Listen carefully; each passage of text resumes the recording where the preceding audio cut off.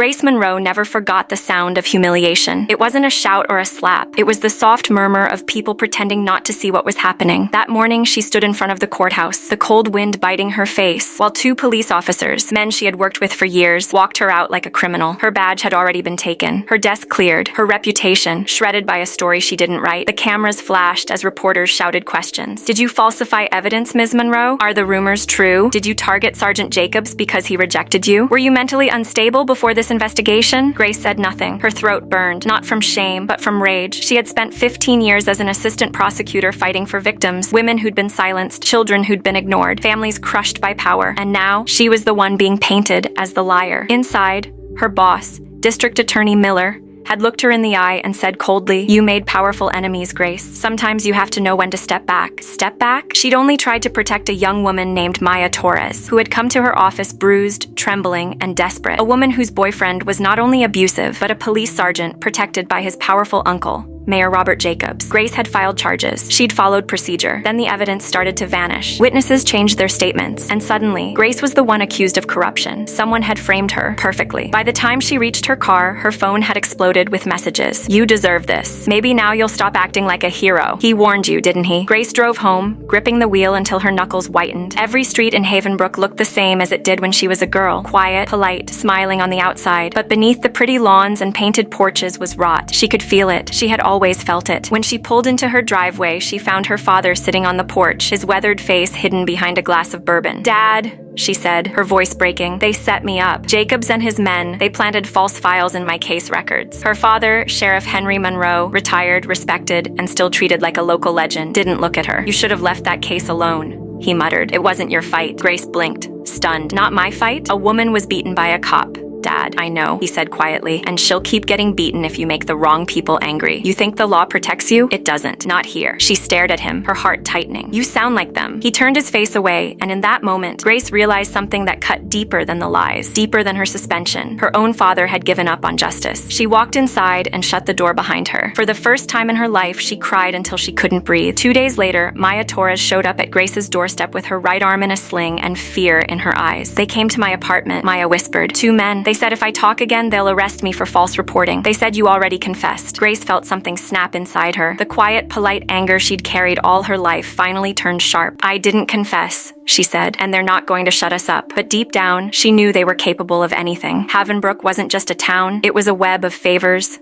secrets, and buried sins, and somehow her family was tangled in it too. That night, Grace couldn't sleep. She walked to the attic of her father's house, searching for an old box of case notes she'd left behind from law school. Instead, she found a metal container marked Private Sheriff Monroe, 2002. Inside were faded papers, water-damaged photographs, and a police report. She froze when she read the name on the cover. Victim, Margaret Monroe. Date of death, July 17th, 2002. Cause, drowning. Accidental. Her mother. She remembered that night, the flashing lights by the lake, her father's trembling hands, the mayor standing beside him, whispering something she hadn't heard. It had all been ruled an accident, no questions asked, but one note in the file caught her attention, a short line scribbled in the margin. Witness reported argument between victim and Robert Jacobs before incident. Grace's heart pounded. The same man who destroyed her career had been there the night her mother died. She turned the page and found a letter in her mother's handwriting, half torn but legible. "Henry, I found something in the City Hall documents. Water testing results. Falsified permits. I'm scared. If anything happens to me, promise me you'll protect Grace." Her breath left her body. Her mother hadn't drowned by accident. She'd been silenced, just like Maya, just like her. Grace clutched the letter against her chest, shaking. All her life, she had believed her father was the man of integrity, and the mayor was the savior of the town. Now she realized the truth. Her mother had died because she'd uncovered their corruption, and her father had known. The next morning, she went back to the courthouse, not as a prosecutor, but as a woman who had nothing left to lose. When she entered Mayor Jacobs' office, he looked up from his desk with a faint, smug smile. "Grace Monroe,"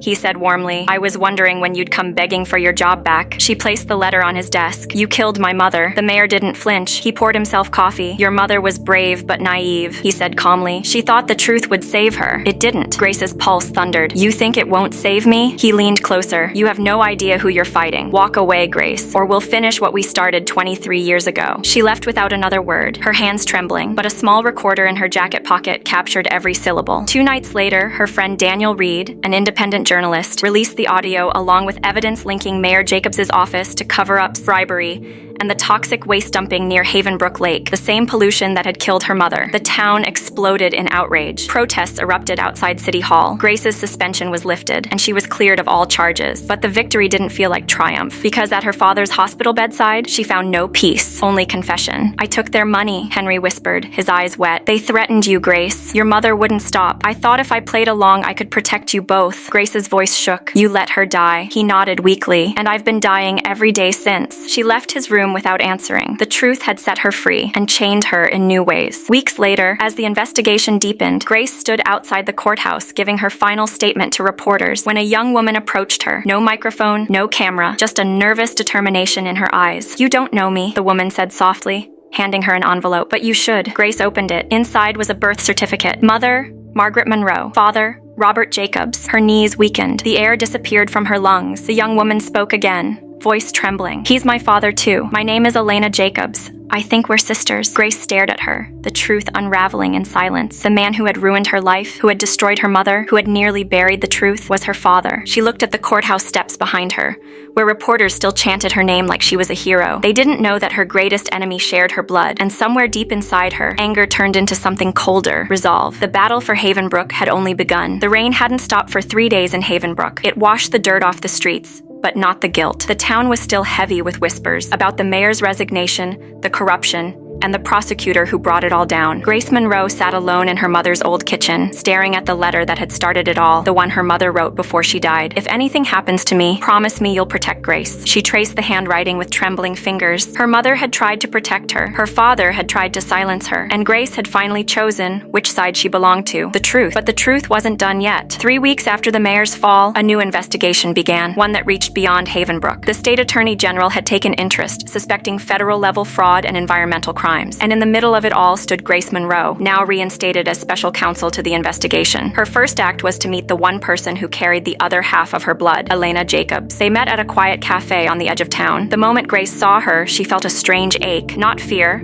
not anger, but something deeper. Elena was younger, maybe 23, with the same dark eyes her mother once had. "I didn't come to hurt you," Elena said softly. "When my father was arrested, I found letters from your mother." She begged him to stop. "He never told anyone. I thought you should see them." Grace studied her face. She expected resentment, but instead saw pain, the kind of pain that only came from realizing someone you loved was a monster. "You knew about me?" Grace asked. Elena nodded. "I found out a few years ago. My mom told me before she died. She said I had a sister out there who would fix what our fathers broke." The words hit Grace like thunder. For years she'd fought alone, against men with power, against a system that mocked women who spoke up. And now, standing across from her, was the one person who could help her finish the story her mother started. Grace took a deep breath. "Then let's end it, together." They started digging through old financial records, campaign accounts, and corporate papers. What they found made the previous scandal look small. The Jacobs family, along with several local officials, had been laundering money through Havenbrook Energy, the same company that poisoned the lake and killed Grace's mother. The bribes extended to state inspectors, judges, and even a federal environmental officer who signed off on fake safety reports. But the real shock came when they discovered an old videotape buried in the mayor's safe deposit box. Footage from 23 years ago, recorded days before Margaret Monroe's death. In the video, Grace's mother sat at a wooden desk, pale but determined. "If this reaches the public," she said, looking into the camera, "it means I couldn't survive what's coming. But the truth matters. The people deserve to know what's been done to them, and by whom." Her eyes flicked away, fear visible in her every breath. "Grace, my love, someday you'll understand why I couldn't stay quiet. You were born for better than fear." The tape ended with a loud bang, a door slamming, then darkness. Grace's tears blurred the screen. For years, she had wondered what her mother's last moments were like. Now she knew. Not silence, but courage. Elena placed a hand on her shoulder. "We have to show this." But before they could release it, a black SUV followed them home. Grace noticed it in the rearview mirror. Same car, every night, parked a block away. Then one evening, her home was broken into. Files gone, computer wiped, a single note left on the table. "Stop, or history will repeat itself." Grace called Daniel, the journalist. Together, they decided to move fast. They uploaded everything, the video, the financial documents, the testimonies, to an encrypted cloud and prepared a full report for the Attorney General. That night, as they worked, Grace's phone buzzed with a text from an unknown number. "Your sister isn't safe. We warned you." Her heart froze. She found Elena's apartment door kicked open. The place was a mess. Papers scattered, drawers overturned, but Elena was gone. Grace felt her chest collapse. For a moment, she couldn't breathe. Not again. Not another woman silenced for telling the truth. But when she looked around, she noticed something on the floor, a torn bracelet she had given Elena days earlier. Attached to it, a hidden chip Daniel had helped her install, a tracker. Grace grabbed her phone and traced the signal. An abandoned warehouse near the industrial riverbank, where Havenbrook Energy once dumped waste. She drove through the storm like a woman possessed. Her tires skidded, thunder roared, and her hands shook on the steering wheel. But she didn't care. When she reached the warehouse, 2 guards stood outside. She moved quietly, slipping through a side door, and found Elena tied to a chair in the middle of the room. Standing before her, cold and calm, was District Attorney Miller, Grace's former boss. Grace's voice cracked. "You?" He smiled faintly. "You think a small-town mayor acted alone? I made that system work. You destroyed years of order for what? Your mother's ghost? You killed her." Grace whispered. "I did what needed to be done," he said, "and if you'd learned to stay silent, you'd still have a career." Before he could take another step,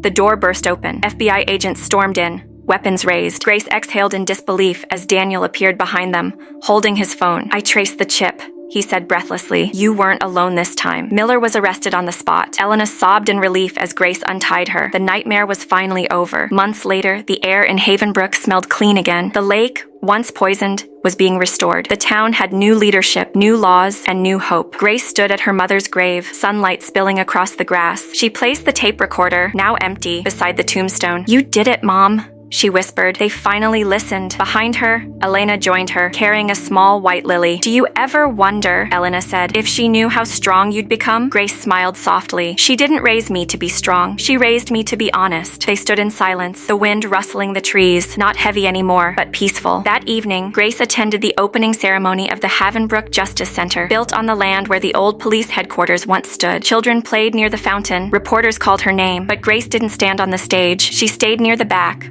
watching others, survivors, citizens, people who finally felt safe. Elena nudged her. "You should be up there.